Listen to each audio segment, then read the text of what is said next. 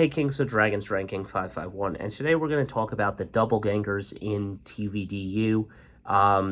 There are a couple things. I love how Rebecca says the last doppelganger was prettier than Elena and stuff, but we're talking about the Petrova doppelganger. We're not talking about the Silas doppelganger. We're talking about the Catherine, Amara, Talia, Elena doppelganger. So the doppelganger has destroyed every brother relationship, playing with their emotions. Even Elena is bad. Love Stefan, but ended up with Damon. Like, it just doesn't matter which doppelganger it is. They're all manipulative. Like, it just doesn't matter which doppelganger it is. Something is wrong with the doppelganger. When they meet two brothers, they always manipulate them. First, it was Talia with Klaus and Elijah. Then it was kind of Catherine, but not really with them because, like, he just wanted her to sacrifice her, where Elijah fell in love with her. And then you go to Catherine with, like, Damon and Stefan, and then they fall in love with also Elena and stuff. So I don't know. For me, that's how I feel about that and everything. Now, in a fan fiction, Hope Michelson said something about doppelgangers, which I found really, really intriguing, but this was like her point of view. I mean, they are pathetic. The first one was a bitch. The second one was a slut. The third one was a bitch and slut. Now, God knows why this one will add in the history of pathetic doppelgangers. Yeah, so starting with Talia, the first one was a bitch. The second one was a slut, which was Catherine. The first one was a more of maybe manipulative. Which was a bitch. The second one was a slut, which was a freaking Talia, probably. The third one was a bitch and a slut, which was Catherine, and then Elena and stuff. And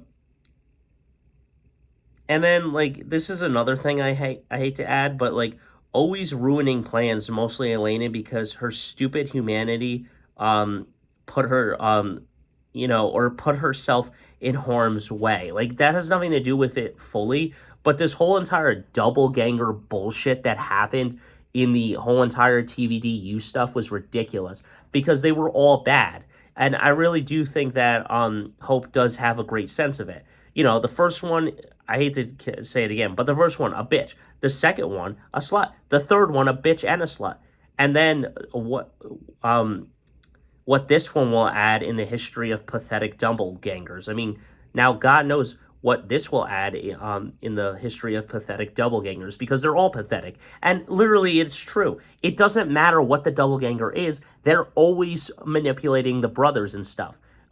Talia couldn't choose between Klaus and Elijah, and it kept happening and happening and happening. So I don't know you guys' thoughts on doppelgangers for the Vampire Diaries universe, but let me know. That's all I got for you for that one. So until next time, guys, don't forget to stay radical. I'll see you in the next one.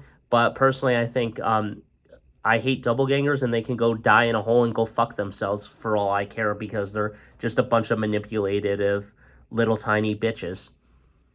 All right, so one final thing I'm going to add about the doppelgangers is that it just doesn't matter who it is. Like, yes, Elena is the most unselfish person, but she made stupid decisions, like inviting Damon into her house. I understand she's human and doesn't know about the vampires in the first season, but, like, killing Cole, daggering Rebecca, and making stupid mistakes like that is what cost her almost her life, like, multiple times. Klaus coming after her, Rebecca coming after her for these betrayals. And then when you look at it and you talk about it, Talia couldn't make a choice between them and cost her life. Catherine fell in love with Elijah, and Klaus just wanted her for her blood. Then when you go to Stefan and Damon with Catherine, it's like, it's okay to love them both. I did. It's like, no, you didn't really, because when we go to Stefan and Elena's relationship, you were obsessed with their relationship and everything, being wild about it. And you were like, if I can't have Stefan, no one can. And I like how Stefan and Damon realized that the relationship was never real in anything. I kind of do wish, though, that Damon realized that Elena is kind of, I don't want to say crybaby, but like a whiny bitch where she doesn't get her way and then tries to be this manipulative bitch and trying to negotiate and save her life and stuff. And I understand she's not selfish, but taking Jeremy's choices away caused Cole to go after him and stuff. And he still came after her. And then he became a supernatural hunter. So it just didn't matter what happened in the story. It doesn't matter who the doppelganger is. They are always breaking relationships down.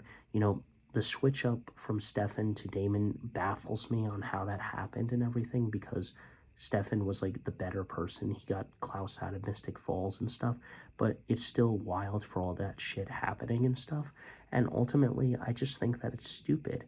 And, you know, I don't understand it. I personally think that the doppelganger is dumb, and I actually do wish that Damon fell in love with someone else that wasn't Elena, and Stefan and Caroline still happened, but maybe Damon finds someone else.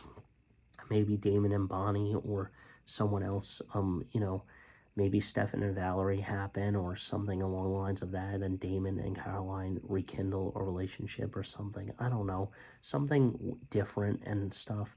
But that's all I got for you guys. So until next time, don't forget to stay radical. I'll see you in the next one. Hit that like button, smash that subscribe button, and let me know your thoughts on doppelgangers. Alright guys, so I'm back with the doppelganger for the final thing. This is one final thing I want to state. Now, don't get me wrong, if you found out about the world of Supernatural and stuff like Cammy O'Connell or Elena Gilbert, you would want to find out more information about these people and everything. But my problem here is what Trevor says and Rose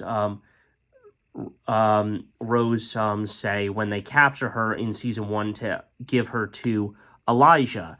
Trevor says that she's become pushy in captivity, eh?